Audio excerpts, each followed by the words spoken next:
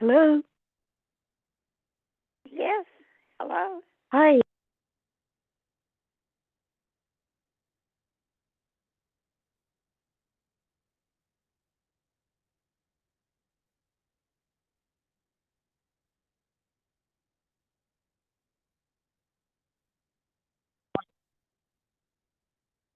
Hi, it's Mary Shelton. Is anyone else there? Yep.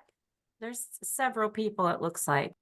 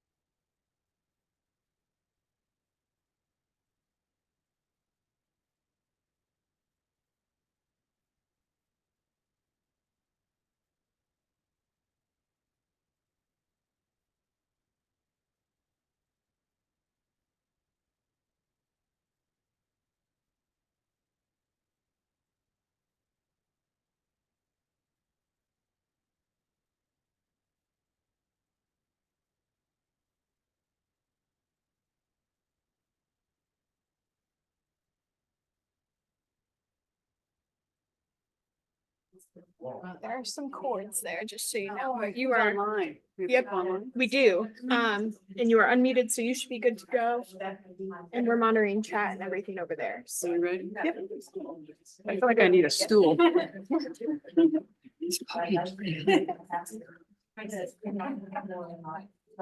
I know there's a lot of collaboration and talking going on. This is awesome. But we need to get started so we stay on time. So welcome to our quarterly area-wide meeting. Courtney tells me there's some folks on hybrid or on Zoom. I don't know what to call it nowadays. So welcome everybody to our area-wide meeting. I'm Lori Warren, and I want to make sure everybody was able to review and look at the minutes. Is there an agenda that I need? You can do the arrow button. I need Matt to do this. Didn't work. Sorry, I'm technically challenged. Okay. Sometimes it gets picky. Oh. Damn. Oh, wow. Yeah, good. It's not just me. All right, we're clicking. Great. I need an agenda to kind of keep me on track here. So did everybody get the minutes? Any additions, any corrections? Okay, can we approve the minutes? Thank you. Second? Thanks. Okay, let's do our county reports here. We'll start with Portage. Are we on? Melissa is calling it. Oh, Melissa, are you there? We can always come back. All right, let's circle back to Portage and go to Stark County. Dan, sorry, I should have waited to make sure you weren't eating. The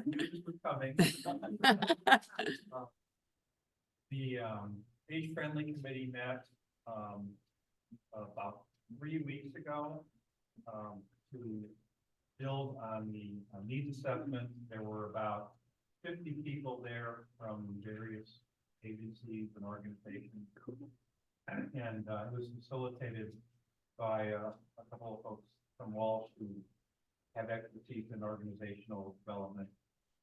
And they have created a document which summarizes the priorities from that group. And they'll be working on an implementation plan in the near future. There was also a conference at Kent State Start of the statewide organization on aging education.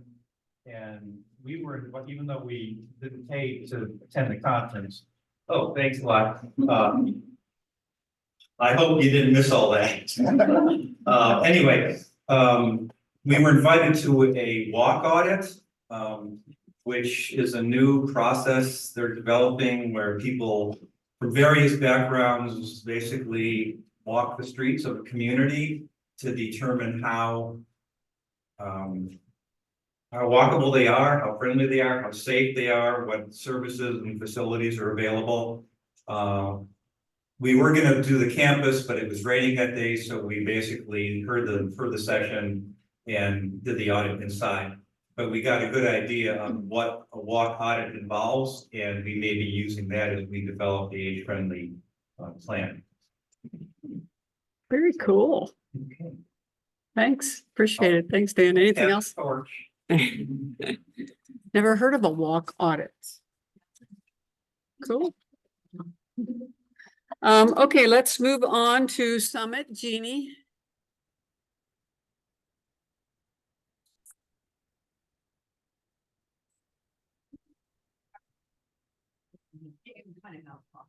Got it. Courtney? I think from our side of the shop, our only reminder is aging in place. So we still have funding available through 2025 for that program, minor home modifications, care coordination, tour services, digital inclusion. So you can refer some people to us if you can and get those services. I think it's my batteries. Fingers crossed. Anyone else for Summit? The only thing I was going to mention was the senior summit coming up next month, which is May 17th. If you want information on it, shoot me an email or call me or whatever, and I will be happy to get it to you. Anything else for Summit County? Wayne County. Courtney, do we have Wayne County on? Do you know? Okay, okay. Anything news from Wayne? Does anyone have anything? Can we circle back? Is Melissa on? I can't tell. She's on right when we started. Melissa, are you there?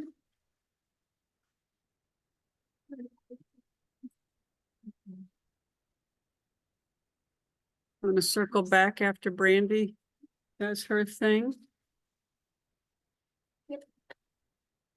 Okay, well, I am now going to open the podium over here to Brandy, and she's going to share the allocations with us. Thanks, Brandy.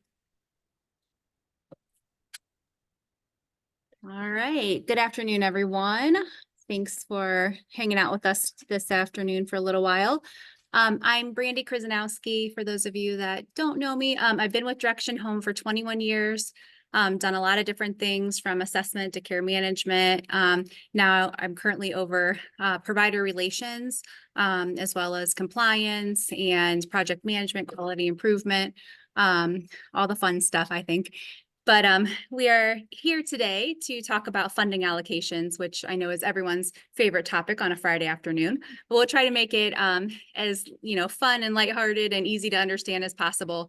I do want to make one little announcement at the beginning of this. If you are here in the room or on Zoom and you represent one of our provider agencies that we contract with for care coordination or Title III, and you've requested funding this year, you are welcome to stay in the room and listen to the presentation. But we ask that at the end, when it comes to voting time, that you refrain from voting.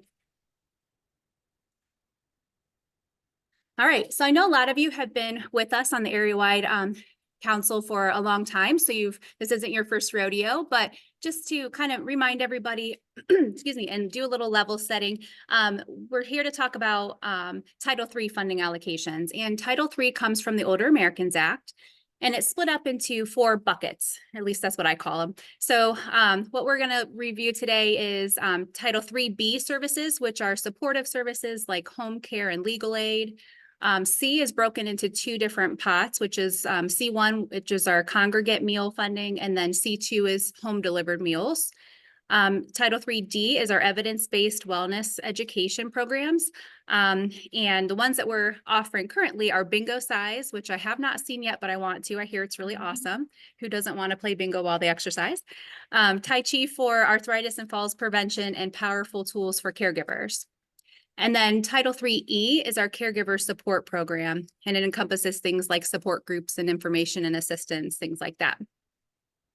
So the other thing to know is that Title III funds are, when they come into our agency, they're broken into 2 separate pots, which are, we call these our non-Medicaid funds. And first is our traditional Title III funding, which is what we allocate out to the providers in the community. We give them, a allocation of funding. They are responsible to find their own individuals to serve, and they're responsible for managing their own budget.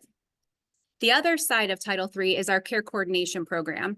And that is what we do kind of in-house. We have care managers who have caseloads of individuals who they are ordering services for. So the case manager will reach out to the provider network and say, Mrs. Smith needs help with bathing, dressing, cooking, cleaning, whatever it is. Providers can respond and say, yes, I can do that, or no, I can't. And then what we do is we pay for those services after the fact, after they've been rendered. And if anyone has any questions along the way, feel free to jump in. All right, just a little bit about the process. So every couple years, every 2 years, what we do is we do funding allocation, what we're doing right now. So, and what we do is we first look at the funding formula. So the feds say when you're using Title III funding, you have to use a funding formula. So we look at all 4 of our counties. We review information from the census bureaus to find out, how many individuals over the age of 60 are in each county. We look at other factors like census or like rural, things like that. So the funding formula is what tells us how much money we have to spend within each county. And that funding formula is reviewed annually, and any changes that we have to make to that are approved by our board and the Ohio Department of Aging. So usually around December, we make available what we call an RFP, or request for proposal. And that's basically just fancy word for an application. So providers who are interested in funding for the next 2 years will fill out the application, send it in to us. And then we'll start the process that we're kind of currently partway through in. But one thing to note is we used to always do it very manually, very paper heavy. We would email the applications out. We would mail them in some regards, fax them, however we needed to get them to people. And they also came back in all those various different ways. Sometimes they would email them. Sometimes they would drop them off. Sometimes we would get, a couple pages out of the, 30 pages that we needed. So there's a lot of back and forth between us and the providers to get everything that we needed. So it's labor intensive for the providers, labor intensive for us. So this year we actually automated the process. Of course, with anything new, there's some bumps and, bruises along the way, but it actually went a lot smoother than we anticipated, and have gotten a lot of great feedback. So what we're doing now is there's a link that's provided for providers to click on. They fill in the blanks, upload documents, and the nice thing is you can't return a completed application unless you've completed all of those mandatory requirements. So that eliminated a lot of the back and forth that we were doing in the past. So we received, are you letting me? Okay, thanks. So we received all of the applications in. We gave a little extra time because of the new process and because we got started a little bit later. So we spent a lot of time kind of reviewing those, scoring those, making sure we had everything we needed. And then one thing to note is every time we do this, unfortunately, the demand for funding and for services always exceeds what we're able to provide. So,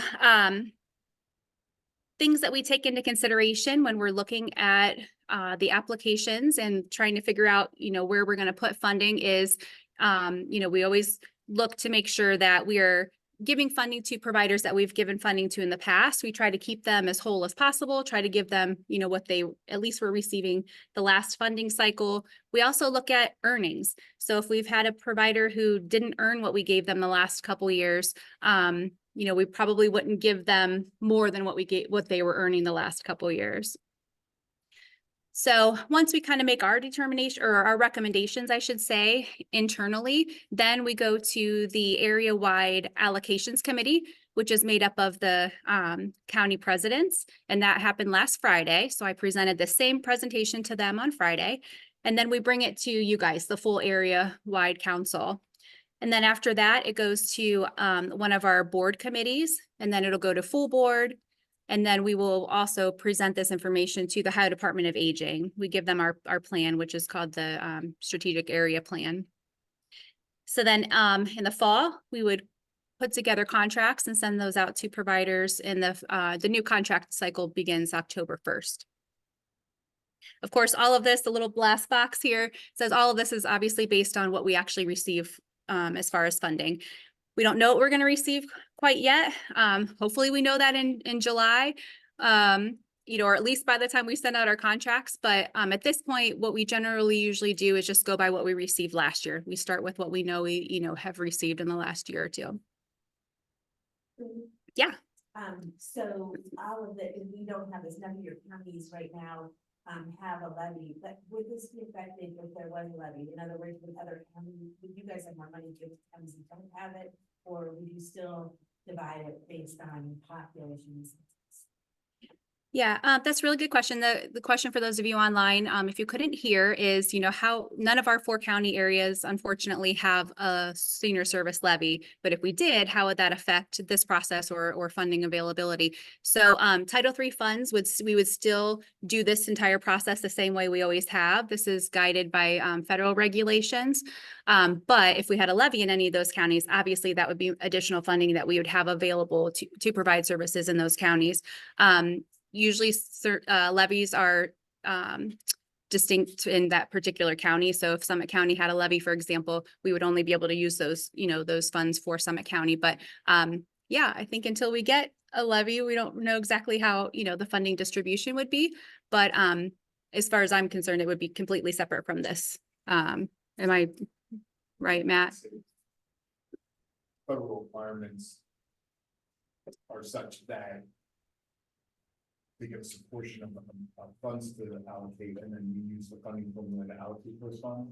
And so if Summit County had a levy, we would still allocate all of the funds that were federally available to that county, regardless of if the county was supporting their adults with additional funds or not. So everybody's getting their quote fair share of the dollars. Oh, one other question. You mentioned that the allocation is partially based on the earnings of the agency.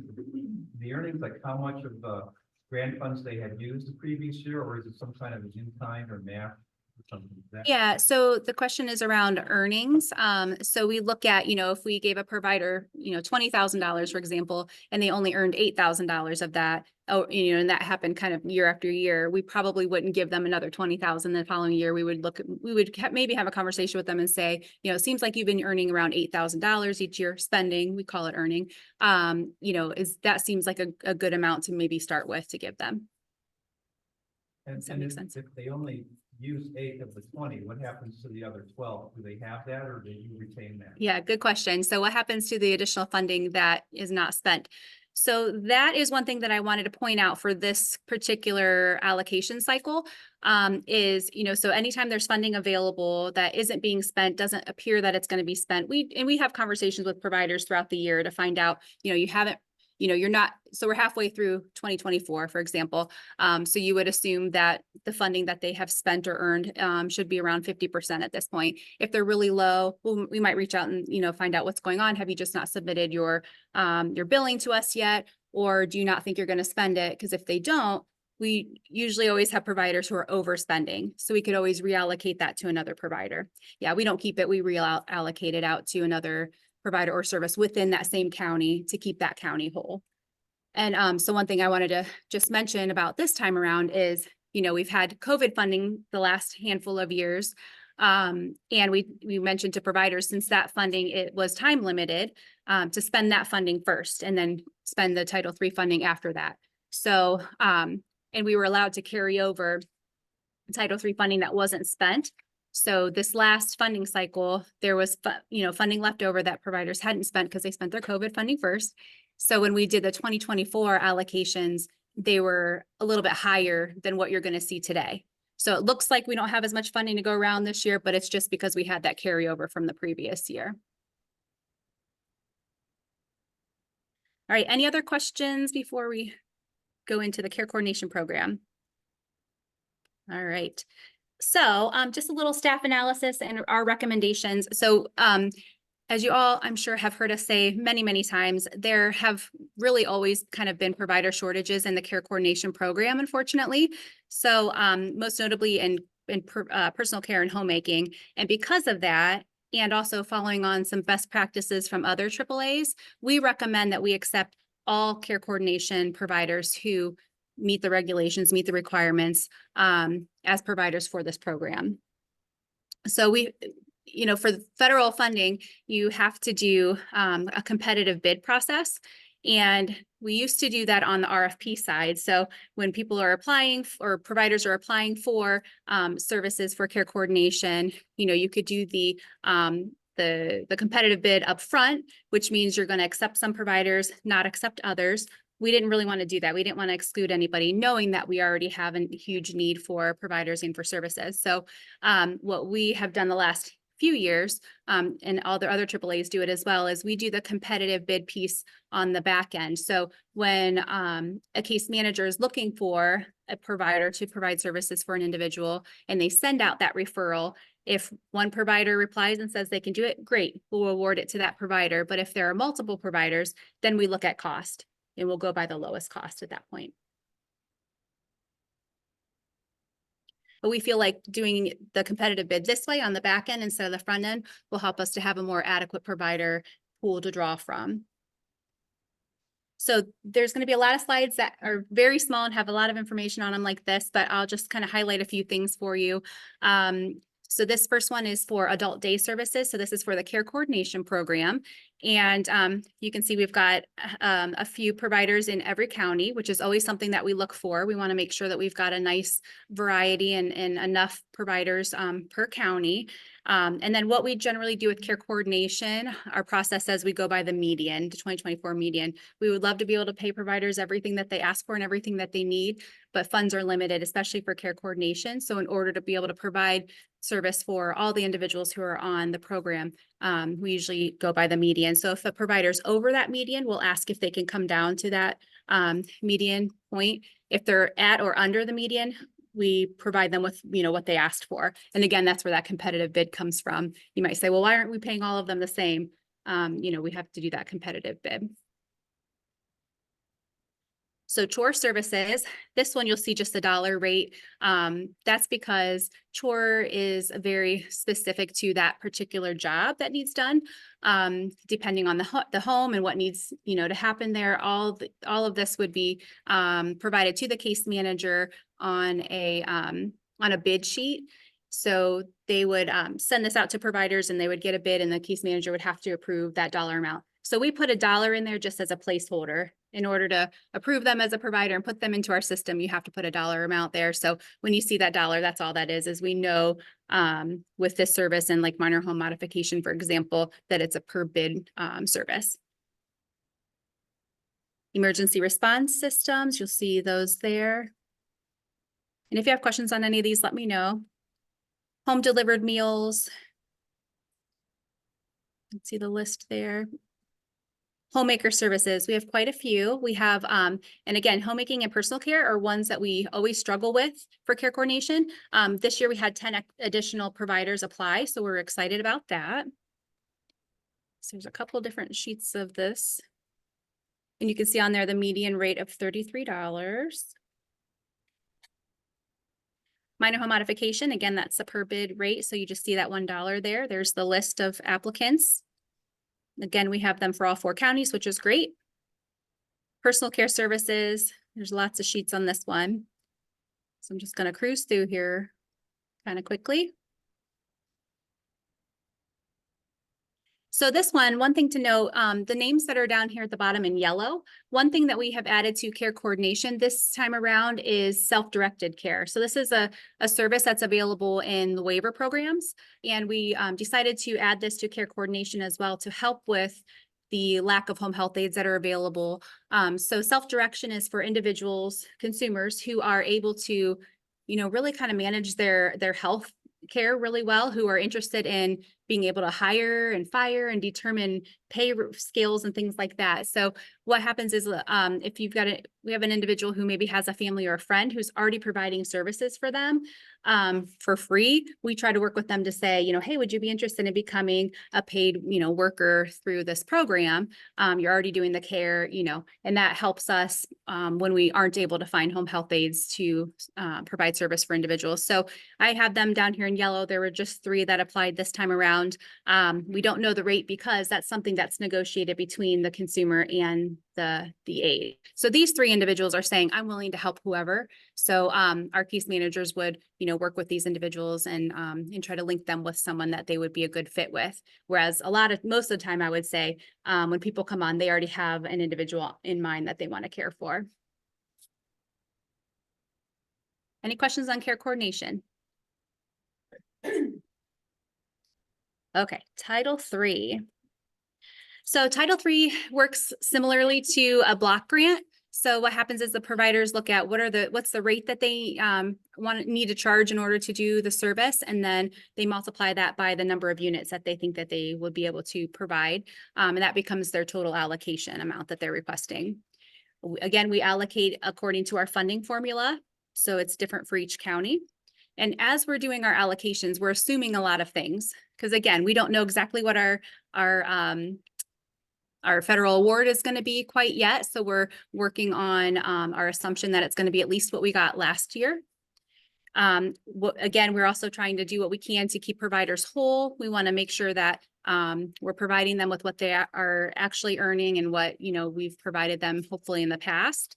And then, of course, we look for providers who are in good standing. If we've got a provider who's not following the rules or, again, not spending their funding or whatever, that definitely impacts, the amount of funding we would be able to give them in the future. So some items of note, again, we had that carryover last year, so it's going to look like we have less funding this year to go around, but it's just because of that carryover. But some good things, some fun things to note are that our meal providers were given additional funding this year using aging in place funding in Summit County and then ARPA funding in their other counties. We were able to give legal aid additional funding as well, using the same types of funding from Healthy Aging Grants and ARPA funding. We're starting something new here in a little bit. We're going to be providing food boxes through the Akron Canton Food Bank from June through September for up to 500 individuals using some of our ARPA funds, which is great. And then during early pandemic, we piloted a restaurant initiative, and it was a voucher program. So we provided vouchers to individuals in the community, and they were able to go to any of the restaurants that we were contracted with, and they would give them a voucher in order to pay for their meals. It was a great program. People loved it. The restaurants loved it. We've had a lot of questions over the last year or so if we were going to bring that back. With having some additional ARPA funding available this year, we're restarting that again here in the near future. But we've upgraded it a little bit. Instead of using the paper vouchers, which were very administratively cumbersome for the restaurants as well as us, we're going to a card, like a credit card, where they scan it at the restaurant. Everything is done virtually. We can pay the restaurants quicker. We can run reports that are, really easy to see where people are, how many meals they're purchasing, things like that. Really kind of a cool program. So we're going to be doing that through the end of September with ARPA funds. But you'll see when I go through here a little bit with our meal funding, Title III meal funding, in a couple areas, we didn't have providers that requested all of the funding that was available. So our recommendation is to continue the restaurant initiative in those areas in order to still provide funding opportunities for people who live in those counties. All right, so lots of information. Again, it's very small, but things to note on here is this is for transportation. And if you look on the left side, you'll see all 4 counties are listed. And if you look at the bottom, you'll see that the total funding requested for transportation was $137,000, and we only have $103,000, unfortunately, to go around. So again, providers aren't going to be able to get their whole ask, but we did what we could to keep them as whole as possible. For Portage, for example, we had 1 provider that requested $45,000. We only had $18,000 available using the funding formula. So we recommend giving that whole $18,000 to that provider. One question. Yeah. Going back to that restaurant. Yeah. Would that be, available to residents of long-term care facilities? What are the criteria for that? So the question in the room is about the restaurant program and if it's available to those in long-term care facilities. And unfortunately, I don't think it is because they would have, so the way that the program is now, you have to be able to get to the restaurant and either eat in the restaurant or take it to Well, go yeah, back to the home. A lot of folks there, their family or friends take them out. Mhm. And usually they have to treat them because they only have at $50 a month to spend. Yeah. So if you know, if Mhm. they could reciprocate that way with one of these voucher cards or whatever. Yeah. That would be, I mean, I just don't know what the eligibility is. Yeah, well, and our services, unfortunately, at this point are provided to individuals in their home. So if they're not living in the community in their home, they wouldn't be eligible. Yeah. All right, home modification. We had 1 provider that applied for 1 county for $10,000, and that's what we had available. So we recommend giving the full 10 to that provider. And we're not super concerned that there isn't funding available for the other 3 counties because we do have other grants for home modification, like our OCD grant. So we do know that we still will be able to provide, quite a bit of home modifications using funding outside of Title III. Legal aid services, we have 1 provider who requested service in all 4 counties. So our recommendation is to give the full funding that we have available to that provider. All right, C1, congregate meals. So you'll see that we had 1 provider in Portage County. Again, we're recommending to give that full amount to that provider. In Wayne County, though, we had 1 provider, but they didn't ask for the full amount that we have available. So our recommendation is to add that restaurant initiative into Wayne County as a dine-in. So individuals would receive those cards, be able to go to participating restaurants within Wayne County, give them that card, receive free meals while they eat inside the restaurant.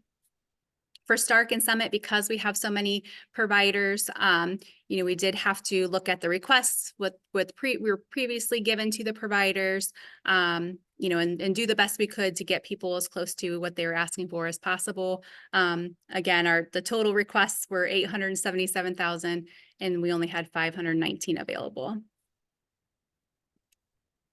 Same with home delivered meals, looks pretty similar, except Portage County is now the one that had additional funding available.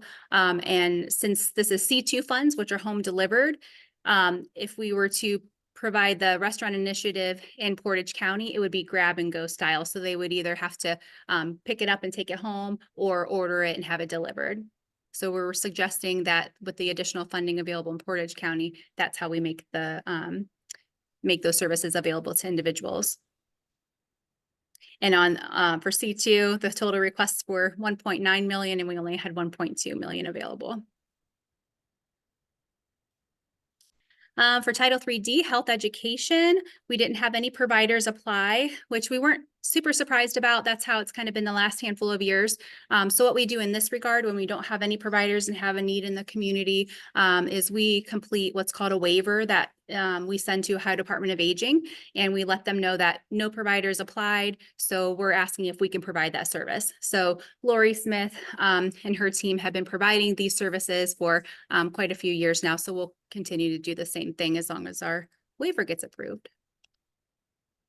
And then the last is Title III-E, which is caregiver support. And we did have a new provider apply for all 4 counties. The ask was more than what we had available, unfortunately. So we're proposing to give the full amount available to that provider. However, they are applied to do the caregiver support part of the caregiver program. So what we'll be doing is submitting a waiver to Ohio Department of Aging to do some of those other services, the information and assistance, consultation, education, things like that. And we've been doing that for a few years for this particular service. Because again, D&E, we generally have providers that apply for this, or they might apply for like one little piece or one county. So we've had to do the waiver to supplement this for a handful of years. Okay, so process and kind of next steps. So again, last week I met with the vice presidents of each county. This week we're doing full area wide. The next step is this would be presented to the Community Engagement Board Committee. Then it would go to our full board, and then we would put it into our strategic area plan. Any questions on all of that? I did notice, Yes, I had a couple questions. Yeah, go ahead. However, However, they were way back on some other topics, not just the recent slide that you covered. The one question was about the consumers having someone they know that has already given them care.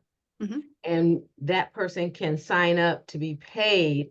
And I thought I heard you mention that they have to negotiate the rate. Mhm. How do they negotiate? I mean, is there a range that you give them?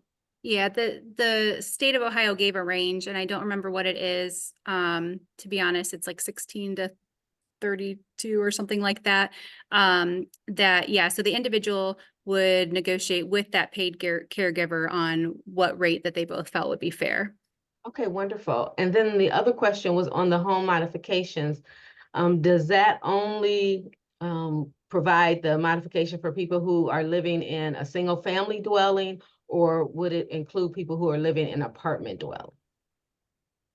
Apartments get tricky because the landlord is technically supposed to be fixing things that are that go wrong. But yeah, we definitely have done things for people who are in rentals, as long as we get the landlord approval. Okay, wonderful. And I would just probably call Directions Home, like resource number, to get the details on that. Yeah, exactly. Yep. Okay, thank you. You're welcome. Yeah, go ahead, Dan. Sorry. I noticed on the meals, the congregate and the meal delivery, there was various costs per meal there. Are those costs too, the higher bids are reduced to the median, or does each bidder get a more limited amount of money than they asked for, because your funds are limited, but each meal is at whatever price they quoted? Yeah, so for Title III meals, we don't ask providers to come down to the median. We sometimes will negotiate with them if they're asking for like, $30 an hour and everyone else is like at $6 or $7, dollars. We might have a conversation about that because you're exactly right. They're going to get a certain pot of money, and obviously they're not going to be able to serve as many individuals if their rate is really high.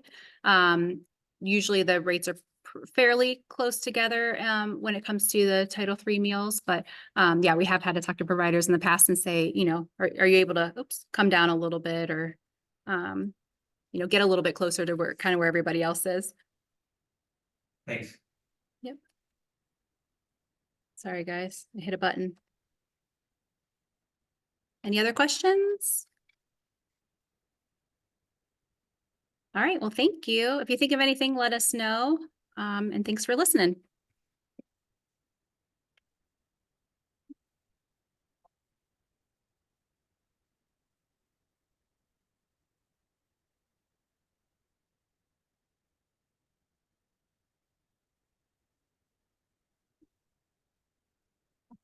Thanks, Brandy, for all the work you guys put into it. That's amazing. Every year I listen to that and it's just like blows me away. Any other concerns with the with Areawide? Any announcements anybody would like to make? Wow, then we are adjourned. Oh, I'm sorry. So anybody want to make a motion to vote? in regards to the allocations that were just presented by Brandy? Thank you, Matt. Yeah.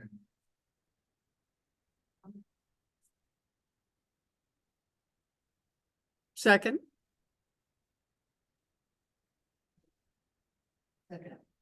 thanks, Jeannie. Okay, so any conversation, any questions in regards to Brandy's presentation and the allocations that were presented?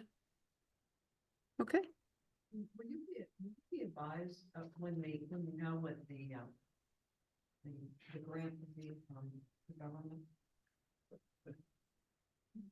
You mean the final award? Yes. Yeah. so the question is, will we be advised when it is? I didn't hear your question. I'm sorry. And I wanted to let these guys to know. Oh, okay, for the final amount. Thank you. Yeah, thanks. And Matt said, yes, we will. Thank you. What we've been seeing is that, we haven't had a federal budget passed in some time. It's just been continuing resolutions. And so, depending on what Congress does with the budget in total is kind of what the funding will look like for our program here. So if they continue to do continuing resolutions, it might be pieces of funding as we just keep, I believe the phrase is kicking the can. So they just kind of keep it on in the future. So it might just be kind of more of a, what I was trying to say. It might be piece by piece that we get this funding and then allocate it So out. they'll piecemeal it out to me. Don't you think voting is a little premature before you actually know what is, and maybe the allocation has to be changed? So we need the vote just for the recommendations that the decision making was sound and that what we've done follows the process. So the vote is for the decision making process and the allocation recommendations from staff to the community. The community can provide feedback and listen to the process. Presidents have done that previously. We bring it to Areawide for final discussions, make sure that they're captured in our minutes and that we're providing our board of directors all the information from our community advisory committee, the Areawide council.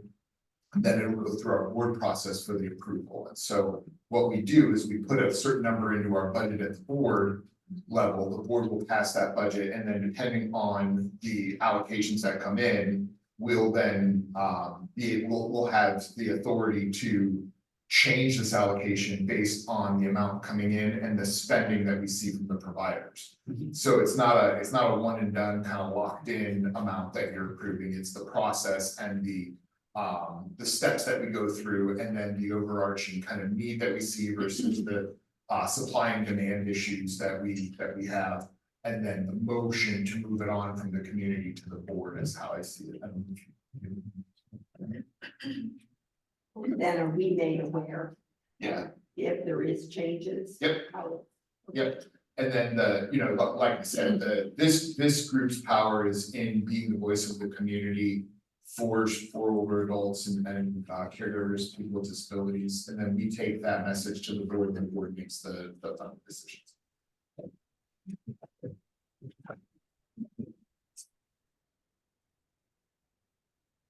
I'm done with that question.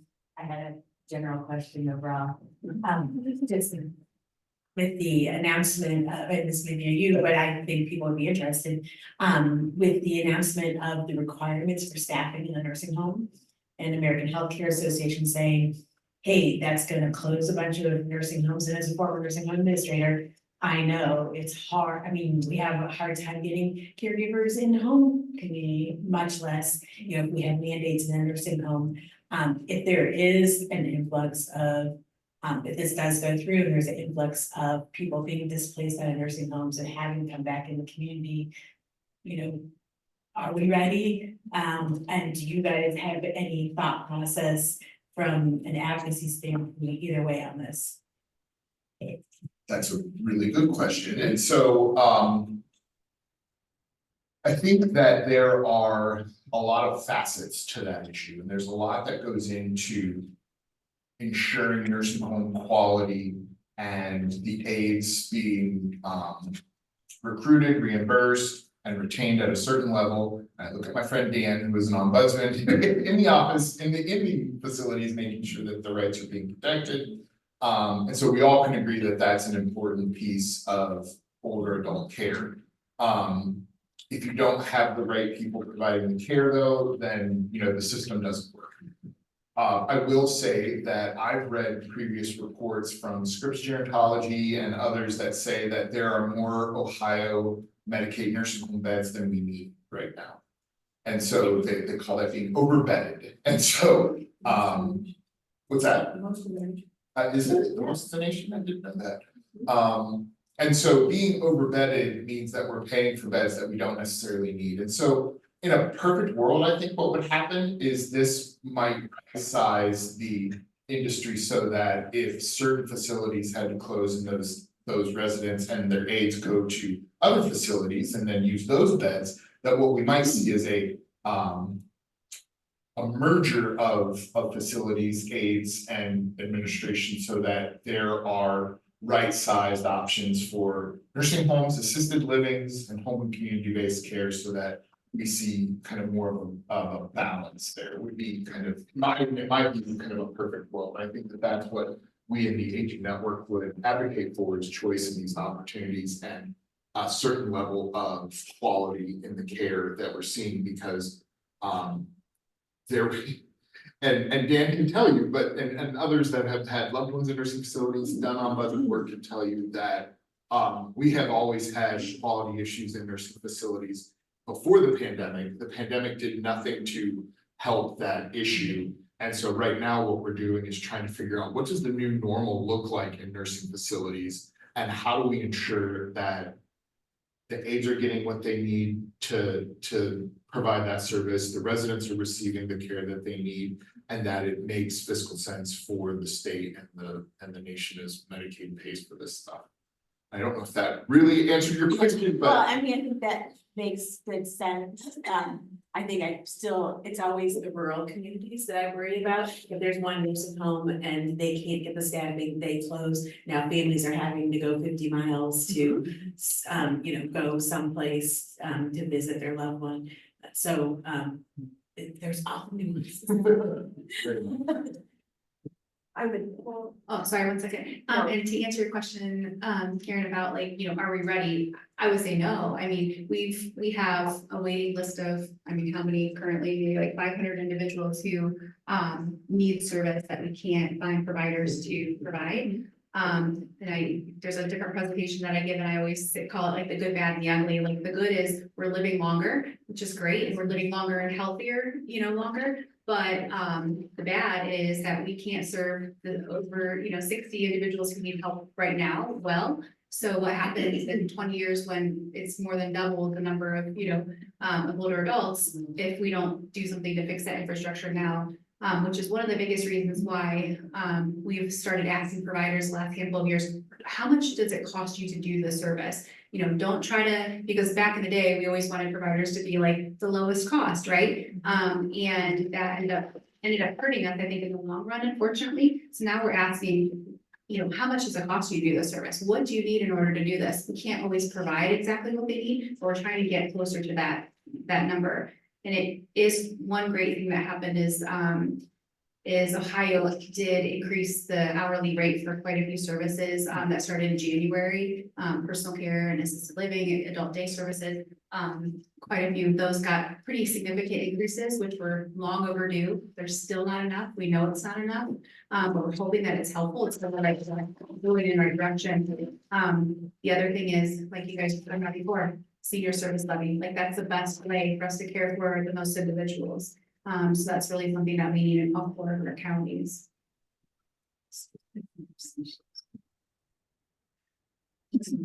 Yeah. I represent assisted living with Medicaid waiver, and we are definitely not. We don't have nearly enough beds. And there's people out there that are waiting to get in facilities. That's a really sad situation. You may be overbedded, but we aren't. So I just wanted to. No, this is something, you know, certainly with all this Title III, it's my understanding that PACE is coming to some People county. online can't hear you without the mic, so we're gonna pass it And to I you. would like somebody from PACE. So I would like to have an idea. My understanding is that PACE is coming into Summit County, which is the all-inclusive plan for the care of the elderly. I don't know whether that's something that's flowing through Department of Aging, area agencies, or if that's going to come from another direction, and is that designed to try to take care of these people who can't get served in assisted living?